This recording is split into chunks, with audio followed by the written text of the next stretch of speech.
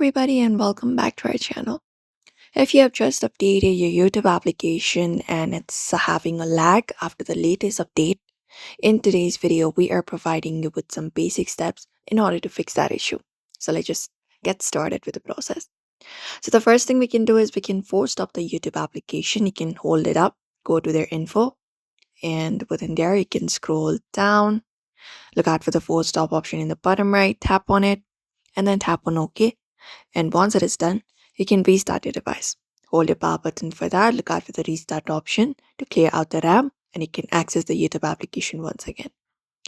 Apart from that, you can clear the cache and data. So hold the app, go to their info, and once you go to their info, what you may do is scroll down, find the option for storage, and within storage, look out for the clear cache option. And then clearing data will sign you out, but that should probably fix your issue as well. And also update your YouTube application. For that, you may go to your app store of your device. And once you are headed there, go to the search and look out for the application YouTube.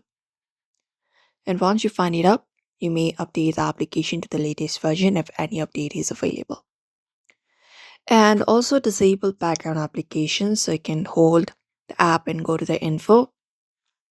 And from there, look out for the data uses.